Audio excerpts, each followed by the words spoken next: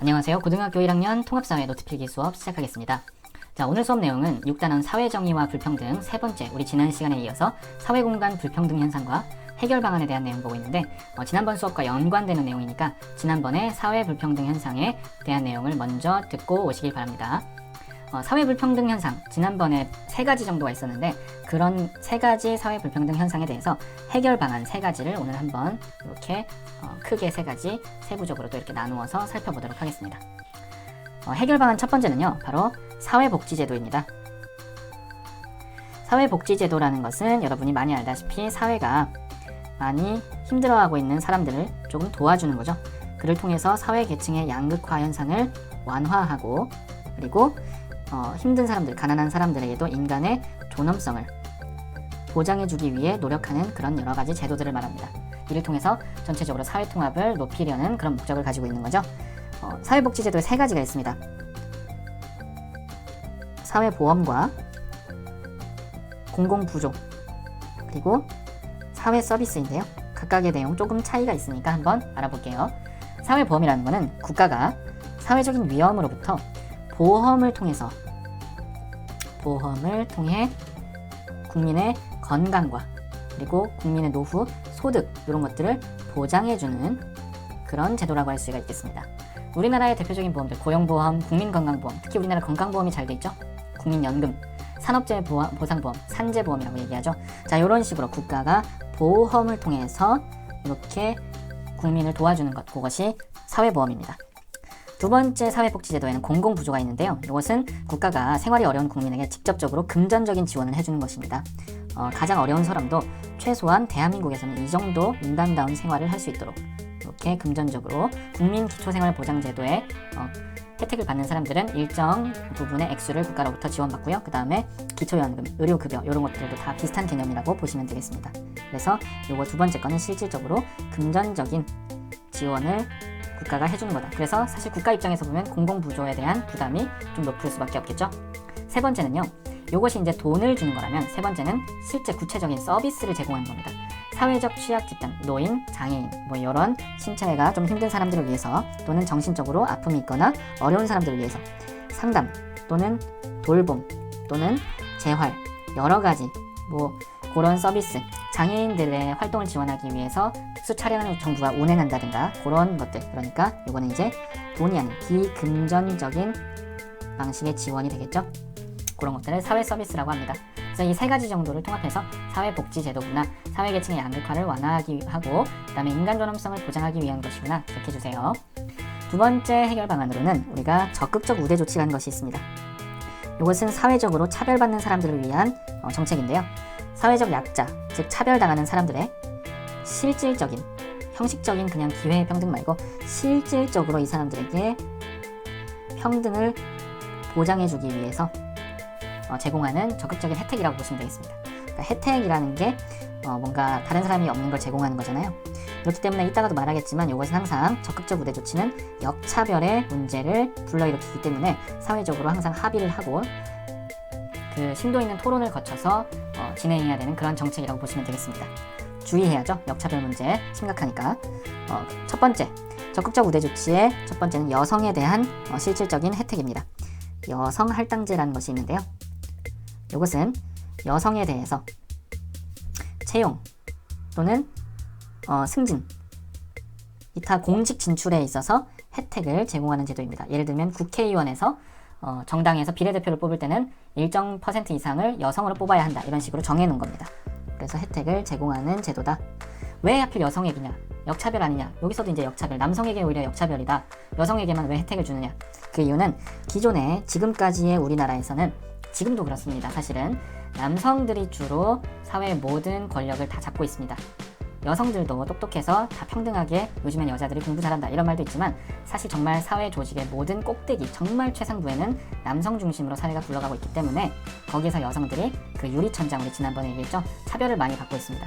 그래서 이렇게 공직에 있어서, 특히 공직의 대표적인 국회의원 같은 그런 데서 이러한 차별과 불이익을 많이 받았기 때문에 그것을 조금 지금부터 혜택을 통해서 적극적으로 여성의 비율을 늘리려는 그런 정책이라고 보시면 되겠습니다.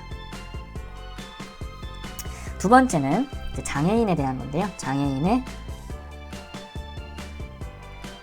공기업이나 국가에서 세금으로 운영하는 관공서 또는 일정한 직원 이상을 거느리고 있는 좀 큰 기업에서는 장애인을 일정한 비율 이상으로 고용하도록 하는 것이 의무적으로 법률로 정해져 있습니다. 그래서 장애인들이 취업이나 이런 데서 정말 차별을 많이 당하기 때문에 이런 것들을 적극적으로 이제 조치하는 거라고 보시면 되겠습니다. 말 그대로 적극적인 우대 조치입니다. 혜택을 제공하는 거죠. 왜냐하면 장애인들이 너무나 사회에서 차별받고 직장에서 직장을 구하기가 너무 힘들기 때문에 우리가 지금 말하는 거랑은 또 다른 더 나아간 힘듦이 있기 때문에 이런 것들을 도와주는 겁니다. 다음 세 번째는 여러분이 이제 대학교를 가기 위해서는 여러 가지 대학교에 들어가는 전형이 있는데 그 전형에 지원하는 거는 그 전형에 지원하는 사람들 안에서 점수 경쟁을 하는 거죠. 자, 세 번째는 다양한 대입 특별 전형입니다. 대부분의 대학교에서는 특별 전형이라고 해서 사회적 배려 대상자 또는 장애인 또는 농어촌 지역의 학생들의 대상으로 특별 전형을 운영하고 있습니다. 그래서 이런 데서는 특별 전형을 통해서 지원한 학생들은 그 학생들끼리 이제 경쟁을 하게 되니까 조금 더 입학의 기회를 많이 부여받게 되겠죠.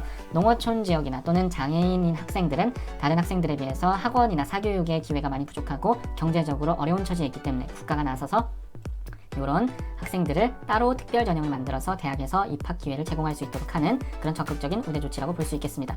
이것도 마찬가지로 또 일반적인 전형에 지원한 학생들에게는 역차별 문제가 될 수도 있겠죠. 그래서 이것은 항상 신중하게 모든 것은 결정을 해야 됩니다.